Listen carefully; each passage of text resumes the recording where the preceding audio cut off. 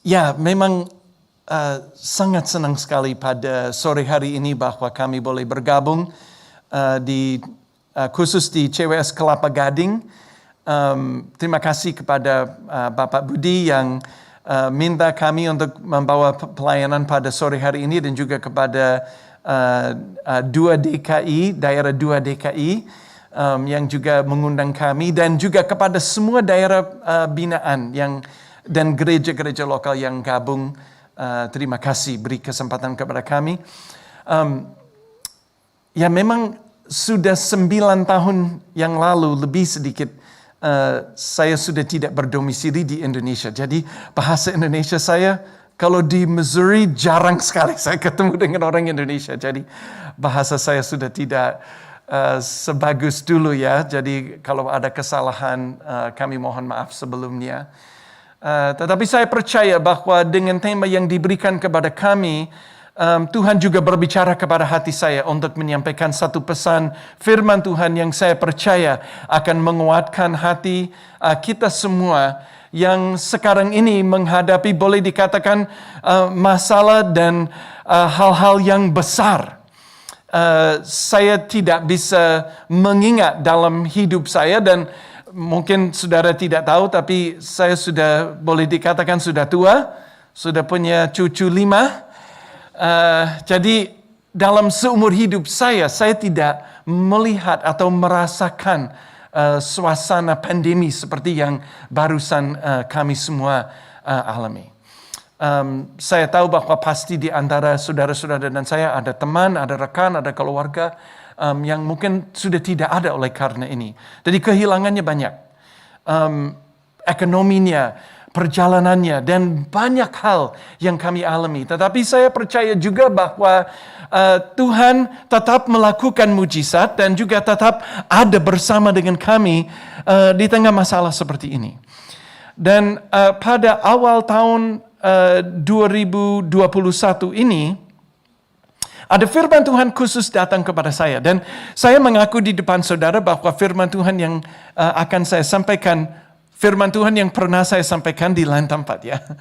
Tetapi ini satu pesan firman Tuhan yang datang kepada kami. Dan Tuhan mengatakan dalam hati, supaya saya juga akan menyampaikan firman Tuhan ini di mana-mana saya pergi. Jadi saya memang sempat pelayanan di sini bulan Juli yang lalu, bukan firman Tuhan ini. Tetapi firman Tuhan ini sudah saya ada di dalam hati cukup lama. Memang judul atau tema yang diberikan kepada kami adalah Yesus Jalan Keluar Kita. Dan firman Tuhan yang diberikan kepada saya pada Januari yang lalu memang betul-betul cocok dengan apa yang menjadi tema pada hari ini. Namun sebelumnya saya memang datang ke Indonesia dan setiap kali datang ke Indonesia seperti pulang kampung buat saya ya. Meskipun saya tidak lahir di Indonesia, 23 tahun di sini membesarkan keluarga saya dibesarkan, anak-anak saya dibesarkan di sini. Indonesia is really home for me, really. Mungkin pakai masker saya keluar dari pesawat senyum saya besar sekali. Mungkin petugasnya dan lain-lain tidak lihat besar senyumnya saya. Orang menanyakan saya, well, what do you miss about Indonesia? Apa yang dirindukan kalau tidak ada di Indonesia? Saya selalu mengatakan teman-temannya, my friends. I miss my friends in Indonesia.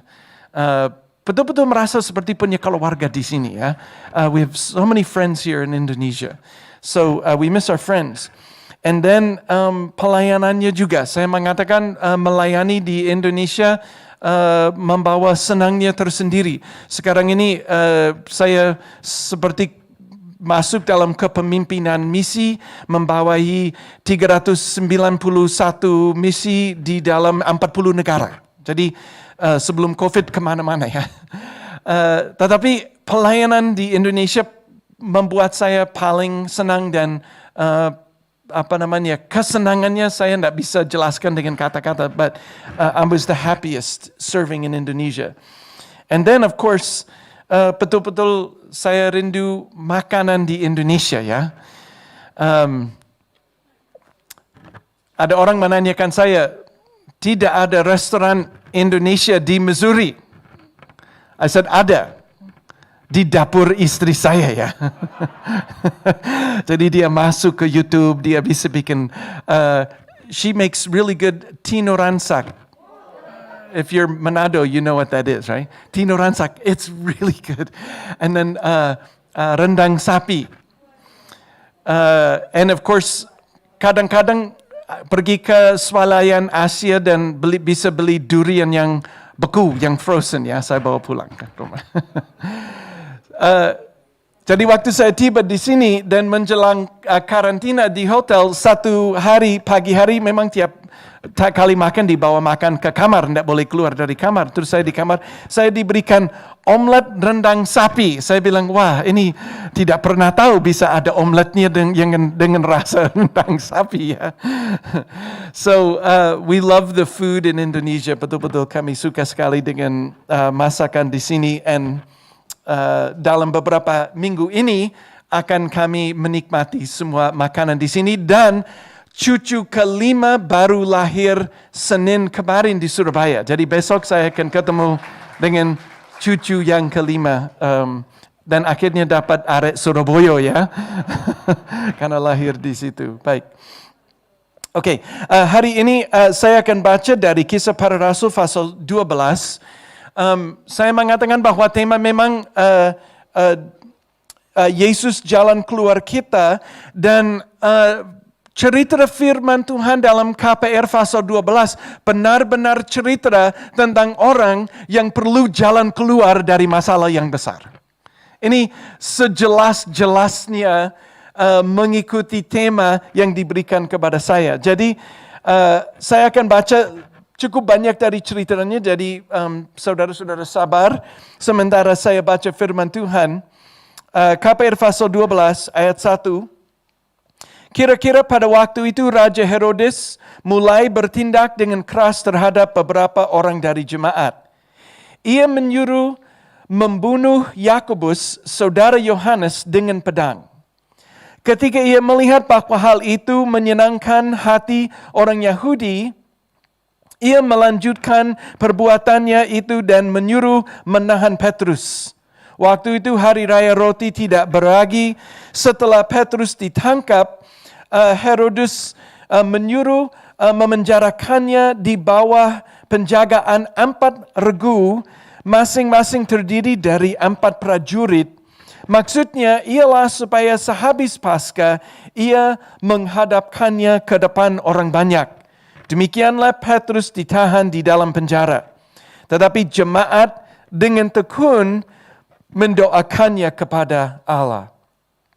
Pada malam sebelum Herodes hendak menghadapkannya kepada orang banyak, Petrus tidur di antara 2 orang prajurit terbelenggu dengan 2 rantai. Selain itu, prajurit-prajurit pengawal sedang berkawal di muka pintu. Tiba-tiba berdirilah seorang malaikat Tuhan dekat Petrus, dan cahaya bersinar dalam ruang itu. Malaikat itu menepuk Petrus untuk membangunkannya. Katanya, bangunlah segera. Maka gugurlah rantai itu dari tangan Petrus. Lalu kata malaikat itu kepadanya, ikatlah pinggangmu dan kenakanlah sepatumu. Ia pun berbuat demikian. Lalu malaikat itu berkata kepadanya, kenakanlah jubahmu dan ikutlah aku. Lalu ia mengikuti malaikat itu keluar, dan ia tidak tahu bahwa apa yang dilakukan malaikat itu sungguh-sungguh terjadi. Sangkanya ia melihat suatu penglihatan. Setelah mereka melalui tempat kawal pertama dan tempat kawal kedua, sampailah mereka ke pintu gerbang besi yang menuju ke kota. Pintu itu terbuka dengan sendirinya bagi mereka. Sesudah tiba di luar, mereka berjalan sampai ke ujung jalan, dan tiba-tiba malaikat itu meninggalkan dia. Dan setelah sadar akan dirinya, Petrus berkata, sekarang taulah aku benar-benar bahwa Tuhan telah menyuruh malaikatnya dan menyelamatkan aku dari tangan Herodes dan dari segala sesuatu yang diharapkan orang Yahudi. Dan setelah berpikir sebentar, pergilah ia ke rumah Maria, ibu Yohanes yang disebut juga Markus. Di situ banyak orang berkumpul dan berdoa. Dan ketika ia mengetuk pintu gerbang, datanglah seorang hamba perempuan bernama Roda untuk mengetahui siapa yang mengetuk itu. Ia terus mengenal suara Petrus, tetapi karena girangnya ia tidak membuka pintu gerbang itu dan segera masuk ke dalam untuk memberitahukan bahwa Petrus ada di depan pintu gerbang. Kata mereka kepada perempuan itu, "Engkau mengigau." Akan tetapi ia tetap mengatakan bahwa benar-benar demikian. Kata mereka, "Itu malaikatnya." Tetapi Petrus terus-menerus mengetuk, dan ketika mereka membuka pintu dan melihat dia, mereka tercengang-cengang. Tetapi Petrus memberi isyarat dengan tangannya supaya mereka diam. Lalu ia menceritakan bagaimana Tuhan menuntunnya keluar dari penjara. Katanya, "Beritahukanlah hal ini kepada Yakobus dan saudara-saudara kita." Lalu ia keluar dan pergi ke tempat lain. Kiranya Tuhan memberkati firman-Nya dan cerita firman-Nya pada sore hari ini. Memang kita akan berbicara pada sore hari ini tentang jalan keluar, dan kita lihat bahwa Rasul Petrus di dalam cerita ini mendapatkan suatu jalan keluar, dalam hal ini keluar dari penjara. Bisa jadi bahwa masalah yang dihadapi oleh saudara saat ini merasa seperti suatu penjara. Ya, memang dengan pandemi ini kita semua mengalami lockdown, kita semua mengalami work from home, mall tutup, restoran tutup, dan ada perintah supaya banyak orang harus tetap di rumah dan tidak boleh keluar. Jadi bisa jadi bahwa COVID atau pandemi ini merasa seperti suatu penjara. Dan memang saudara bisa merasakan demikian, tetapi saudara dan saya melihat di dalam firman Tuhan ini bahwa Tuhan selalu memberi jalan keluar bagi orang yang percaya kepadanya. Ada 4 hal yang hendak saya sampaikan tentang firman Tuhan ini.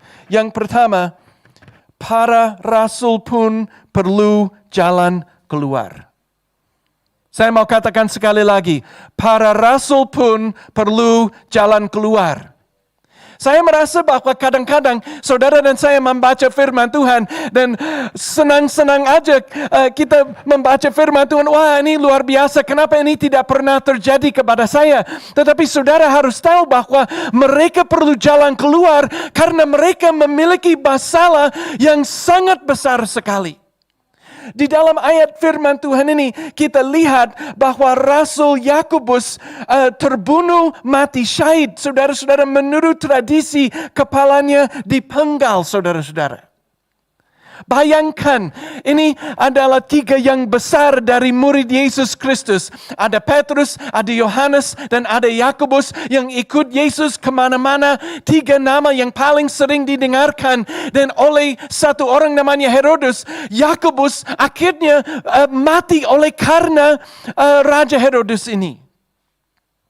Saudara, kita harus lihat bahwa pasti pada saat itu gereja mula-mula saat ini dalam hati gelisah, saudara-saudara.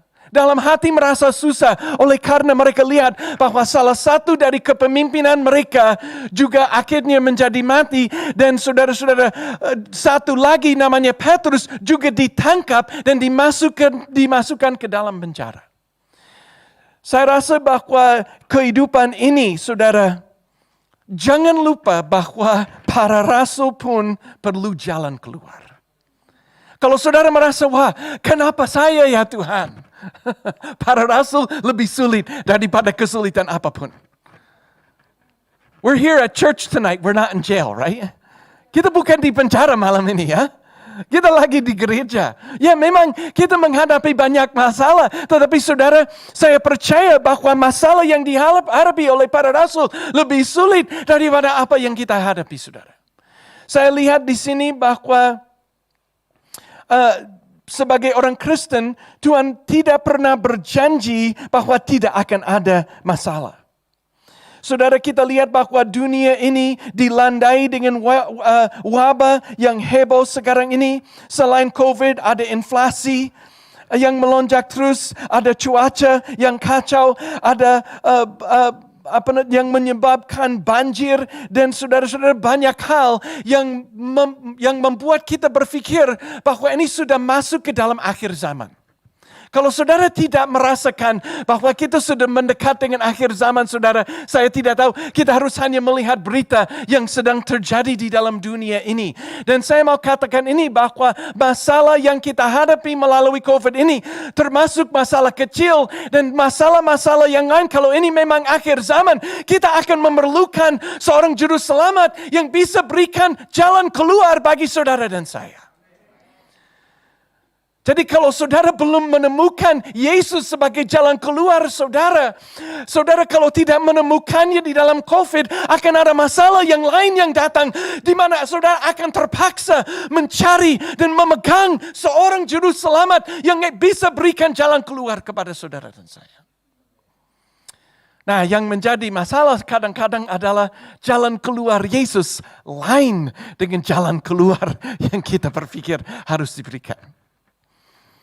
Ya, memang jalan keluar yang Yesus berikan, kadang-kadang kita berpikir, wah, indah seperti Firdaus, semuanya sempurna, semua keperluan saya diberikan oleh Tuhan dan sebagainya. Sedangkan bisa jadi bahwa jalan keluar daripada Yesus adalah sesuatu yang lain daripada apa yang kita pikirkan.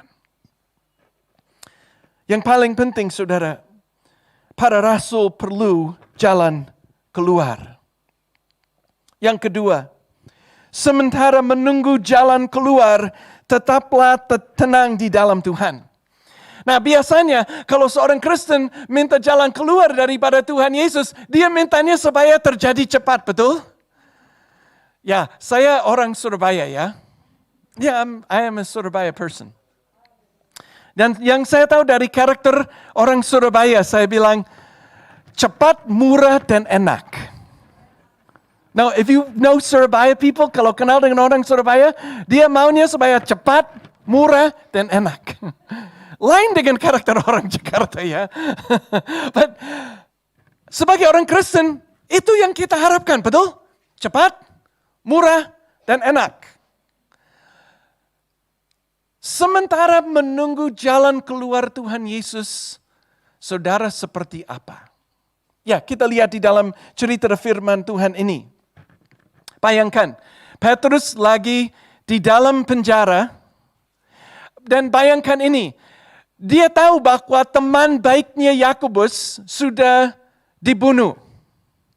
Dan besok harinya dia akan dibawakan di hadapan orang yang sama, yang kemungkinan besar akan melakukan yang sama kepada dia, dan dia lagi tidur nyenyak, saudara-saudara.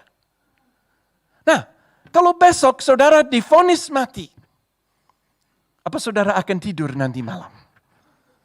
Wow, ya tidak mungkin ya kan?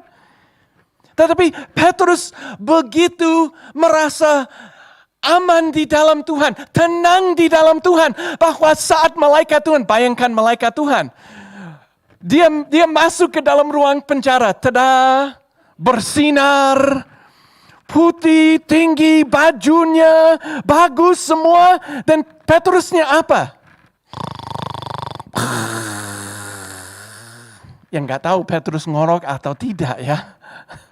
Yang jelas, menurut firman Tuhan, seperti malaikat itu harus memukul dia. Petrus, bangunlah. Oh, belum ya. Enak saya di sini tidur di penjara ya.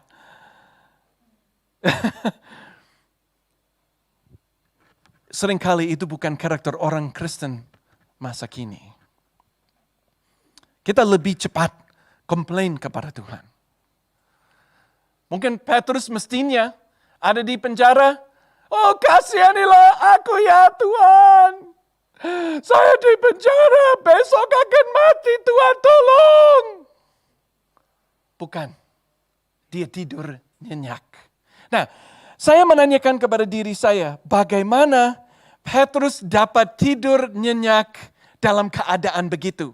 Sementara jalan keluar belum kelihatan, betul? Ada 16 prajurit yang menjaga dia. Sedangkan 2 ada di sebelah kanan, di sebelah kirinya dia. Dia ada dibelenggu dengan rantai 2. Jalan dari Tuhan, jalan keluarnya belum kelihatan. Bagaimana dia bisa tidur? Ada 2 hal. Nah, ini saya bilang 2 hal yang ini hanya saya berasumsi ya, saya tidak tahu persisnya, tetapi bagaimana saya pikir Petrus bisa tidur karena apa? 2 hal. 1, karena dia merasa bahwa dirinya dimiliki oleh Tuhan dan Tuhan mempunyai rencana yang indah apapun yang terjadi. Apakah saudara percaya bahwa dalam keadaan sekarang ini bahwa Tuhan mempunyai rencana yang indah? Apakah iman saudara ada di situ? Apakah kepercayaan, apakah hubungan saudara dengan Tuhan Yesus ada di tempat di mana saudara mengatakan, ya Tuhan, saya percaya apapun yang terjadi di dalam COVID, apapun yang terjadi dalam pekerjaan saya, apapun yang terjadi dalam keluarga saya, Engkau mempunyai rencana yang indah. Petrus yakin dan percaya sehingga dia dapat tidur malam itu. Itu yang pertama. Yang kedua, dia tahu bahwa tujuan terakhir bukan di dunia ini, tetapi di surga dengan Tuhan Yesus. Apakah itu jalan keluar? Mungkin Petrus bisa tidur karena dia bilang, ya, kalau memang besok saya mati, tidak apa-apa. Karena saya akan ada bersama dengan Tuhan Yesus. Apakah saudara percaya bahwa sebagai orang Kristen, bahwa janji firman Tuhan adalah saat kita tidak ada di dunia ini lagi, kita akan ada bersama dengan Tuhan Yesus. Dan itu lebih baik daripada Jakarta.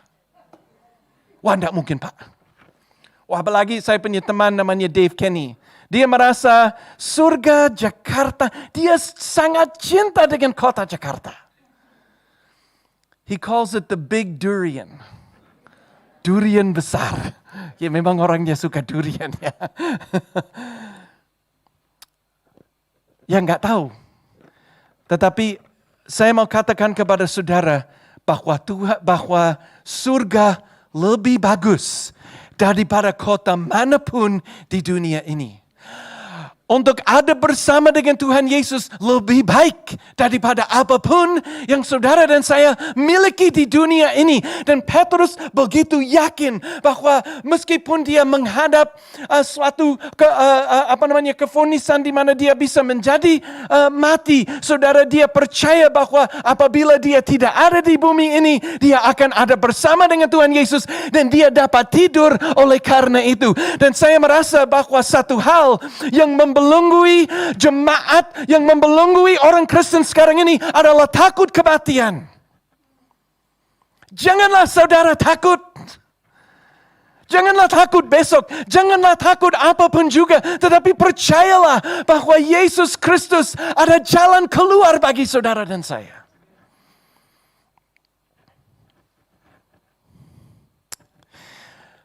Sekarang saya cerita sedikit ya. Saudara masih ingat tsunami tahun 2004 ya? Oke. Tsunami tahun 2004, saya ada di Surabaya waktu itu. Sempat pergi ke Banda Aceh untuk menolong, ada bawa bantuan dan sebagainya. Ini pada hari mungkin hari 4 atau hari 5 sesudah tsunami-nya. Terus bantuan-bantuan yang kami bawa sudah disebarkan. Dan saya lagi di airport di Banda Aceh mau pulang ke Surabaya. Karena kami akan kumpulkan lagi bantuan dan sebagainya untuk bantu ke sana. Sementara nunggu di airport, ada helikopter yang begitu banyak yang turun. Dan itu dari satu kapal induk Amerika yang kirim helikopter untuk bantu evakuasi orang dan sebagainya. Terus yang lucu dari orang Amerika, prajuritnya dan sebagainya, mereka di helikopter, mereka pergi ke desa-desa di pinggir laut di Sumatera, keluar dari helikopternya, dan dalam bahasa Inggrisnya bilang kepada penduduk-penduduk, Where are the injured people? Where are the injured people? Orang Acehnya bilang, pertama hancur oleh tsunami, sekarang orang dari luar angkasa datang. Ya, omong Inggrisnya enggak ada ya. Jadi mereka di situ omong. Jadi waktu saya sementara tunggu di airport, ada dari Letnan Angkatan Laut Amerika mendengar saya omong bahasa Indonesia dengan seseorang. Terus dia tanya saya, hey, apa kamu bisa bahasa Indonesia? Saya bilang, ya memang kalau di sini saya selalu bilang, ya sedikit-sedikit bisa, enggak terlalu bagus. Tapi dengan orang sesama negara, saya bilang, ya memang saya lancar, ya saya bisa. Dia bilang, oke, kamu ikut saya sekarang. Terus dia kasih saya helm, dia kasih saya baju, dia kasih saya macam-macam. Ya bukan senjata sih, cuma macam-macam dari. Dan saya jadi penterjemah. Langsung saya naik helikopter, terus mendarat di kapal induk, terus pergi kemana-mana, angkat orang-orang yang cedera, bawa makan dan lain sebagainya. Tapi dan saya melakukan ini 7 hari berturut-turut. Luar biasa pengalamannya, saudara-saudara. Pergi kemana-mana, saya tidak pernah naik helikopter. Saya tidak pernah mendarat di kapal induknya. Jadi buat saya luar biasa. Tapi hari ke-7, lagi terbang di coastline. Ada peledakan. Mesin helikopter meledak. Terbakar. Helikopternya lagi begini. Saya bilang, ini saya tamat ini. Now I'm done. Siapa akan hidup kalau lagi crash landing di helikopter ya? Orang-orang di dalam helikopter, dia sementara biasanya pintunya sementara jalan buka ya, tapi dia tutup pintu, dia pasang ikat pinggang, dia melihat saya, dia bilang, maaf ya, ikat pinggang cuma 1, dia bilang. Dia bilang itu ke saya. Dan dia bilang, kamu tidak dapat. Karena dia bilang, kalau memang kami akan mendarati air atau mendarati kapal induk, karena lagi terbakar, kami sudah tidak bisa mendarat seperti biasa. Akan harus seperti begini. Dan dia bilang kalau akhirnya masuk ke laut, kalau saya selamat, saya bisa selamatkan kamu. Dia bilang gitu. Saya ada 1-2 menit, saya di dalam helikopter, saya pegang. Helikopternya penuh dengan dos-dos Supermi karena lagi bawa Supermi kepada orang-orang. Wah, saya berdoa kepada Tuhan, saya bilang, ini sebentar lagi, saya akan ketemu dengan Engkau. No, what am I going to think? Saya pasti selamat, ya ini lagi terbakar ini kemungkinan besar tidak selamat ini. Tetapi saya tutup mata dan saya mengatakan, yes Jesus, I love you Lord. I know you Jesus, saya kenal dengan Engkau. Ya akhirnya, waktu mendarat di kapal induknya, keras landasannya, saya terlempar di dalam helikopter, untungnya ada Supermi-nya saudara-saudara. Saya akhirnya masuk ke dalam dos-dos Supermi. Akhirnya jatuh, pintunya buka, saya keluar, Supermi-nya keluar. Ya puji Tuhan, akhirnya selamat. Tetapi saudara-saudara, saya mau katakan ini. Pengalaman saya waktu itu, saya menghadap ini. Dan memang ada ketakutan, tetapi ketenangan yang datang kepada saya hanya karena saya mengenal dengan Yesus. Saya tidak mikir, ya Tuhan, saya merintis gereja, saya hamba Tuhan. Ya, bukan, saya mengatakan, ya Tuhan, saya kenal dengan Engkau. Dan apapun yang terjadi, apa ada jalan keluar atau tidak, dasarnya saya kenal dengan Tuhan Yesus. Petrus punya dasar bahwa dia kenal dengan Tuhan Yesus. Hal yang ketiga, berdoa dengan tekun sementara jalan keluar belum kelihatan. Saya suka dari ayat yang ke-5. ayat yang kelima mengatakan dalam pasal 12, demikianlah Petrus ditahan di dalam penjara, tetapi jemaat dengan tekun mendoakannya kepada Allah. Satu hal yang saya lihat di masa kini di antara jemaat bahwa doa dengan tekun sudah kehilangan di dalam gereja, saudara-saudara. Nah, memang saya sekarang ini banyak keliling ke negara-negara dan saya waktu di Indonesia dulu banyak berdoa. Kalau saya lihat orang-orang di negeri saya sendiri, saya tidak melihat bahwa mereka bertekun di dalam doa seperti dulu. Dan saya percaya bahwa jalan keluar datang waktu orang berkumpul dan waktu orang berdoa. Dan mereka harus berdoa bersama-sama dan berdoa sampai ada jawaban dari Tuhan. Kita lihat di sini bahwa Petrus ada di dalam penjara malam hari. Dan setelah dia lepas, dia datang ke rumah saudara Maria karena dia tahu bahwa mereka sampai malam-malam mereka berdoa kepada Tuhan. Bila saudara memerlukan suatu jalan keluar, itu akan datang kepada saudara dan saya dengan suatu doa yang di hadapan Tuhan dengan tekun. Mungkin yang menjadi masalah pada masa kini dengan doa adalah ini, saudara. Ya, everybody take your cell phone out. Come on, where's your cell phone? Ada. HP. That's right. In America, I say, where's your hand phone? They're like, what's a hand phone? Siapa ada HP-nya? Well, I'm so glad. Pak Budi ada jemaat yang bagus. Mereka tidak membawa HP ke dalam ibadah, betul? Amin. Sedangkan preacher-nya ada di sini ya. Saya mengatakan bahwa kalau terakhir saudara sebelum tidur melihat HP, dan pertama, waktu saudara bangun dari tidur pagi, melihat HP, ada masalah, saudara-saudara. Seharusnya sebelum tidur kita berdoa. Waktu bangun pagi kita berdoa. Saudara-saudara, saya percaya bahwa para jemaat di sini berdoa dengan tekun. Dan oleh karena mereka berdoa, Petrus menjadi lepas dari penjara ini. Cerita ini saya tidak bisa sebutkan nama negerinya, nama orangnya, tetapi ini suatu kisah yang benar.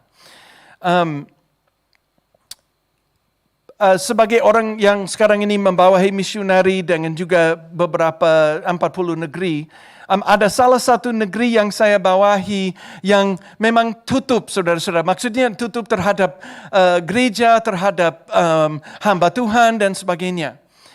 Dan saya satu hari wawancarai seorang suami istri yang datang yang mau menjadi misionari. Dan istrinya mengambil satu kertas dan dia menunjukkan kertas ini kepada saya dan grup yang mewawancarai dia. Dia melihat satu gambar dengan potlot sebetulnya. Dengan potlot dia gambar. Dia mengatakan, waktu saya remaja, saya dapat visi dari Tuhan. Dan saya gambarkan. Saya sebetulnya tidak tahu apa gambarnya. Terus dia mengatakan setelah saya berdoa, setelah saya cari informasi dan sebagainya, saya akhirnya tahu bahwa gambar yang saya tuliskan adalah persis gambar provinsi di satu negara yang tutup ini. Dan Tuhan menyuruh kami untuk pergi ke sana.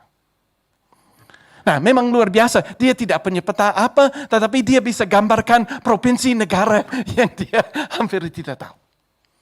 Nah, waktu dia menceritakan, saya bilang,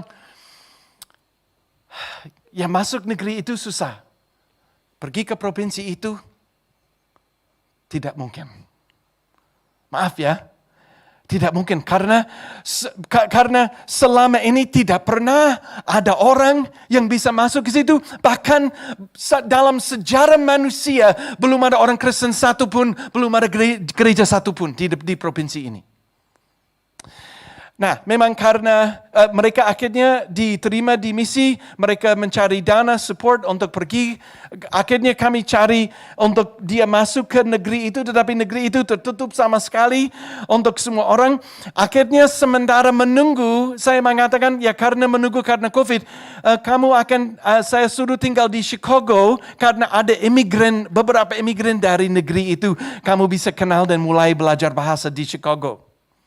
Sementara makan pizza di Chicago juga enak, saudara-saudara. Jadi, dia pergi ke sana. Dan pada awal tahun ini, kami mengadakan doa. Di doa itu kami mengadakan dan kami berdoa. Dan saya minta semua dari 391 personil masukkan satu permintaan atau satu doa. Tertulis Tuhan akan melakukan hal besar. Mereka tulis, kami berdoa supaya kami dapat visa dan kesempatan untuk tinggal di provinsi di negara itu. Akhirnya selama 1 minggu kami berdoa dengan tekun. Kami berdoa dan kami minta kepada Tuhan buka jalan. Dan berdoa. Dan 1 minggu sesudah berdoa, sementara mereka di Chicago, mereka bertemu dengan salah satu imigran yang punya saudara, yang punya sekolah di ibu kota provinsi itu. Hari ini mereka ada di situ. Saya percaya itu terjadi karena kami mengambil 1 minggu puasa, 1 minggu berdoa kepada Tuhan. Percayalah saudara bahwa jalan keluar tidak terjadi dengan tiba-tiba, tetapi jalan keluar terjadi saat kami bertekun di dalam doa dan sungguh-sungguh berdoa kepada Tuhan. Dan kita lihat itu di dalam Kisah Para Rasul pasal 12 ini, bahwa mereka berdoa dengan tekun dan luar biasa terjadi sesuai doa mereka. Hal keempat dan terakhir, dengan percaya kepada Tuhan, jalan keluar pasti terbuka bagi kita. Cerita ini penuh dengan orang yang tidak percaya. Yang pertama, Petrus tidak percaya, betul? No, sementara malaikat itu menyuruh pasang sandalnya, ikat pinggangnya, pasang jubahnya, dan sementara dia keluar, dia merasa ini cuma mimpi saja. Mungkin Tuhan akan memberikan jalan keluar bagi saudara yang lagi melihat, yang ikut dari gereja-gereja online. Mungkin saudara mungkin tidak percaya bahwa malam ini akan terjadi suatu jalan keluar bagi saudara. Tetapi Petrus pun, dia sementara berjalan tidak percaya, cuma mimpi saja saudara. Akhirnya dia sadar, memang terjadi demikian. Nah, yang lucu juga, orang yang mendoakannya sedang mengadakan doa semalam. Sementara anak roda ini masuk ke dalam ruangan dan bilang, Petrus ada di luar. Sementara berdoa mereka tidak percaya. Beberapa jawaban lucu ya. Pertama, roda, dan sebenarnya roda ini adalah seorang pembantu rumah tangga sih sebetulnya. Dia tugas untuk cek pintunya. Waktu diketuk, dia melihat ada Petrus. Dia pikir, mereka lagi berdoa buat Petrus. Dia lupa membuka pintunya. Dia lari, dia bilang, Petrus ada di luar. Wah, kamu gila ini. Jangan mengganggu kami, lagi berdoa bagi Petrus, haleluya. Oh Tuhan tolong Petrus. Akhirnya dia bilang, tidak. Sungguh-sungguh Petrus lepas dia ada di luar. Oh, ya kalau begitu malaikatnya di luar bukan dia sendiri. Nah ini menarik saudara-saudara. Orang-orang Yahudi percaya bahwa masing-masing mereka mempunyai malaikat satu. Dan yang mirip dengan dia. Jadi saudara mempunyai malaikat satu yang menjaga saudara yang mirip dengan saudara ya. Kadang-kadang kalau saya dimarahi istri saya oleh karena sesuatu, saya bilangnya bukan saya lakukan, malaikat saya yang melakukannya. Nanti suami-suami bisa berterima kasih kepada saya setelah ibadahnya karena, I'll use that sometime, Tapi itulah, mereka tidak percaya. Bahkan mereka lebih percaya bahwa malaikat yang mirip dengan Petrus ada di luar, bukan dia sendiri. Saya mau katakan di sini, hanya seorang pembantu rumah tangga namanya Roda percaya bahwa Tuhan memang bisa. Dan kadang-kadang saudara dan saya yang sudah lama mengikuti Tuhan menjadi tidak percaya seperti orang yang berdoa, seperti Petrus sendiri. Tetapi malam hari ini percayalah bahwa Yesus bisa beri jalan keluar dari masalah yang dihadapi oleh saudara. Janganlah kita menjadi generasi orang yang dibelenggu rantai ketidakpercayaan. Saya merasa bahwa yang terjadi di dalam COVID ini kepada gereja, kepada orang Kristen adalah suatu belenggu ketidakpercayaan yang harus dipatahkan di dalam nama Yesus Kristus. Pesan firman Tuhan pada malam hari ini bahwa apabila ada ketidakpercayaan di dalam hidup saudara tentang jalan keluar Yesus, saya mematahkannya di dalam nama Yesus Kristus. Dan dengan kepercayaan Tuhan melakukan hal yang besar. Mungkin Tuhan sedang mengetuk pintu hati saudara. Tetapi saudara seperti orang-orang di dalam doa. Ya jangan mengganggu saya Tuhan. Saya lagi berdoa. Saya lagi melakukan ini atau itu. Sedangkan Tuhan mengetuk pintu hati saudara. Dan mengatakan bukalah dirimu kepada saya. Karena malaikatku ada di sini untuk menyelamatkan. Untuk menolong. Dengan saya sering khotbahkan nas firman Tuhan ini. Sekarang akhir-akhir ini saya bilang, Tuhan, kirimlah malaikat kepada saya ya Tuhan. Dengan pesan apapun saya siap ya Tuhan. Begitu banyak malaikat berinteraksi dengan manusia di dalam kisah para rasul dan di dalam firman Tuhan. Saya percaya bahwa malaikat Tuhan di masa di akhir zaman ini mau berinteraksi dengan manusia sekarang ini untuk membuka jalan keluar bagi orang-orang yang memerlukannya. Cerita saya terakhir, saudara-saudara, di dalam misi, saya ada satu orang yang sebenarnya saya membawai Asia Pasifik, tetapi ada bos saya yang membawahi seluruh misi. Dan pada Maret tahun 2020, awal Maret, kami didatangi oleh rombongan dari Prancis. Nah ini ingatlah, ini Maret 2020, ini boleh dikatakan pra-COVID ini, maksudnya ini awal Maretnya. Kami didatangi oleh rombongan dari Prancis dan kami makan siang dengan mereka, bahas tentang pelayanan dan sebagainya. Saya salah satu yang juga menerima tamu ini dari Prancis. Bahkan orang Prancis itu suka cium-ciuman, saudara-saudara, di pipinya jelas. Tetapi ya, kita dicium oleh orang-orang Prancis ini. Beberapa hari kemudian, bos saya mulai sakit.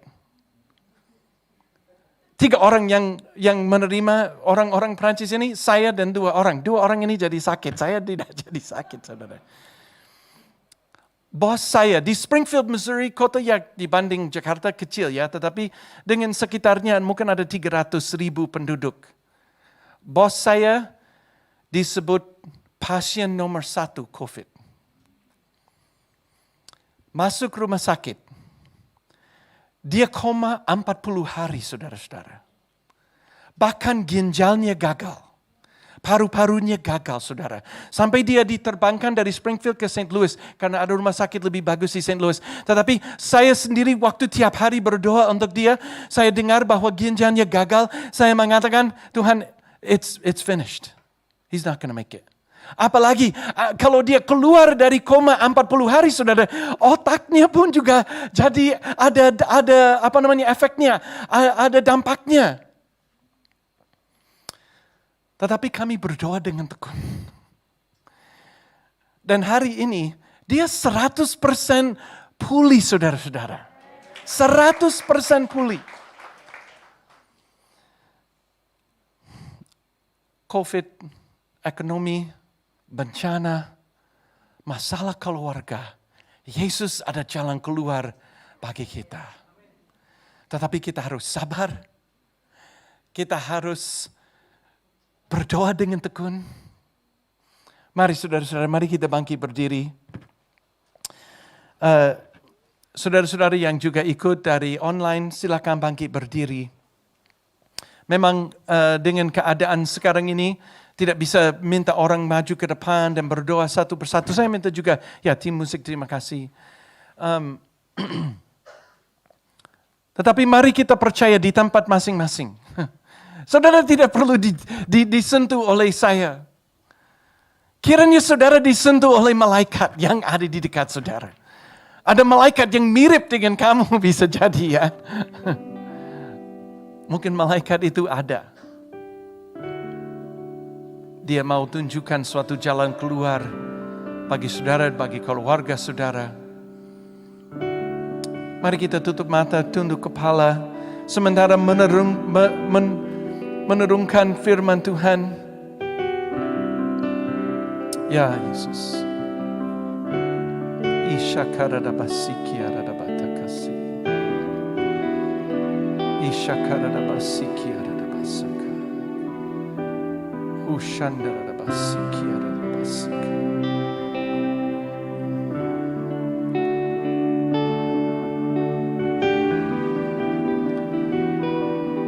Katakanlah kepada dia, Engkaulah sanggup ya Tuhan. Saat ini di dalam hati, di dalam diri saudara fokus kepada jalan keluar yang dibutuhkan oleh saudara. Apakah itu jalan keluar dari sakit penyakit? Bukalah jalan ya Tuhan.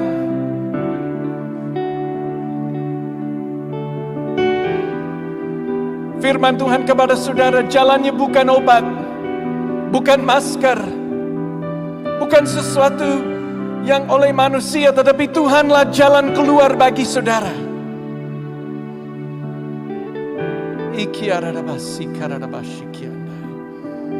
Saat ini saudara yang sakit memegang tempat yang sakit saudara. Apakah itu pinggang saudara? Apakah itu bagian tubuh yang lain? Silakan dipegang oleh tangan saudara. Dan saat ini kami berdoa dalam nama Yesus. Berikan jalan keluar ya Tuhan. Berikan kesembuhan ilahi di dalam nama Yesus Kristus. Kami fokus kepada Engkau. Ya Tuhan, kami melihat kepada Engkau sebagai satu-satunya ya Tuhan yang dapat menyembuhkan. Mungkin dokter mengatakan tidak bisa, tetapi Tuhanlah bisa. Ishakaria sakarabati karamasia. Ashiri adabasuvai. Vareta malakasia rabakati. Sembuhkan di dalam nama Yesus Tuhan.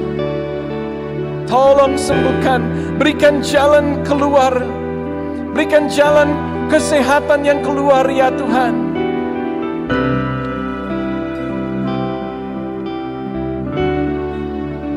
Ciaradabasikaradabatakasi.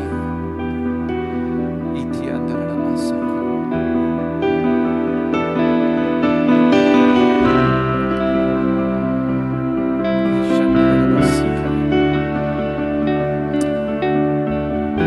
Berseru kepadanya.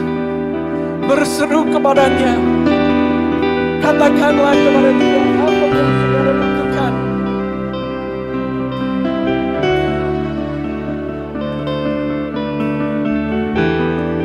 Sekarang ini saya berdoa buat hati saudara yang gelisah, yang tidak bisa tenang, mungkin penuh dengan ketakutan, mungkin penuh dengan depresi.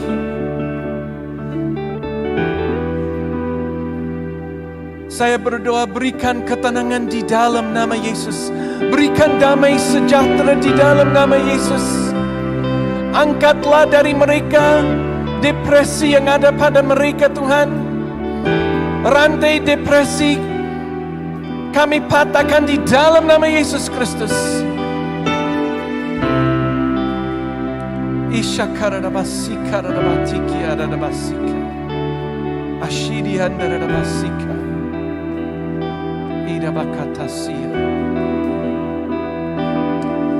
Sekarang ini kami berdoa buat saudara-saudara yang perlu jalan keluar untuk ekonomi saudara.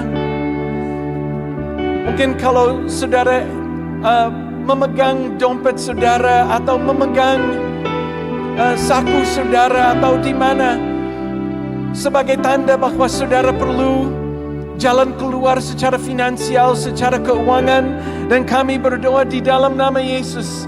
Ya Tuhan, berikanlah jalan keluar ya Tuhan. Bukalah jalan yang baru ya Tuhan. Kami percaya bahwa banyak jalan yang dicarikan saudara sebagai jalan keluar. Jalan keluarnya bukan banknya, bukan anggota keluarga saudara yang kaya, melainkan jalan keluarnya adalah Yesus Kristus.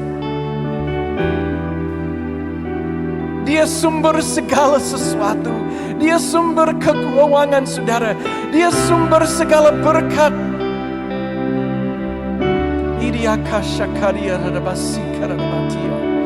Ya Tuhan, berikan jalan keluar di dalam nama Yesus.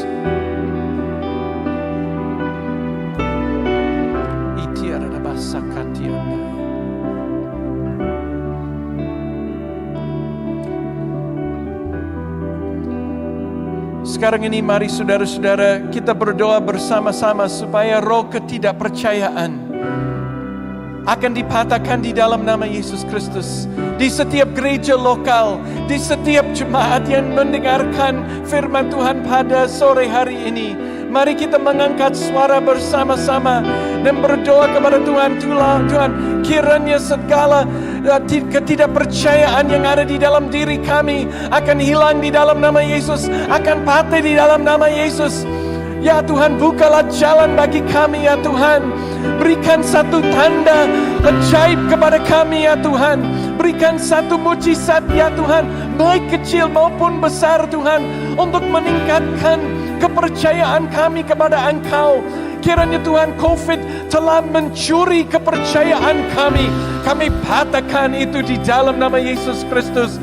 Dan belenggu-belenggu ketidakpercayaan Tuhan, kami patahkan di dalam nama Yesus.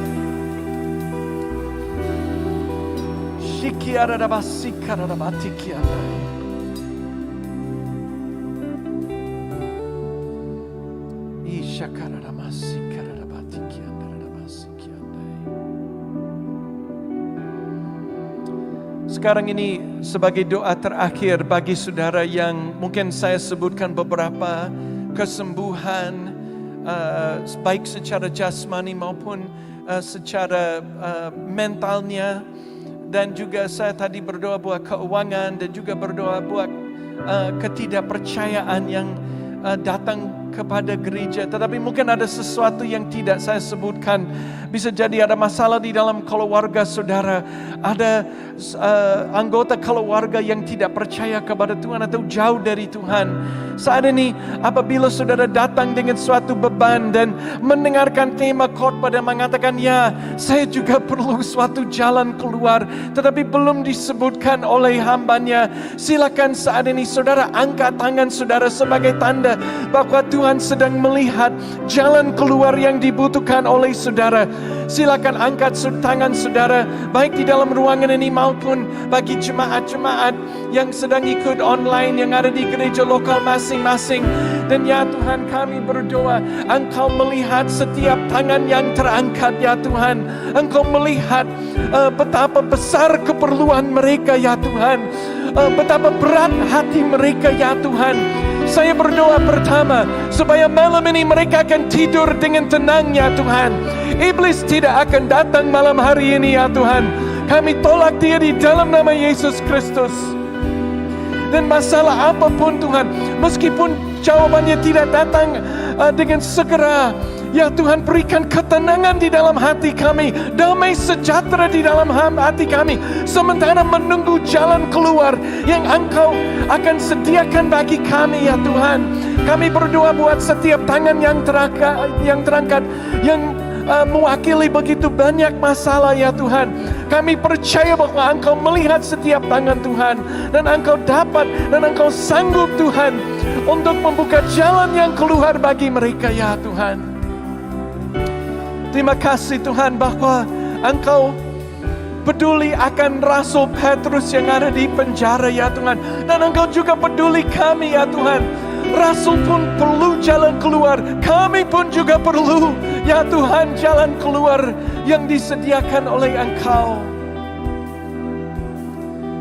Tuhan, kami berdoa buat para jemaat yang telah mendengarkan firman Tuhan ini, Tuhan.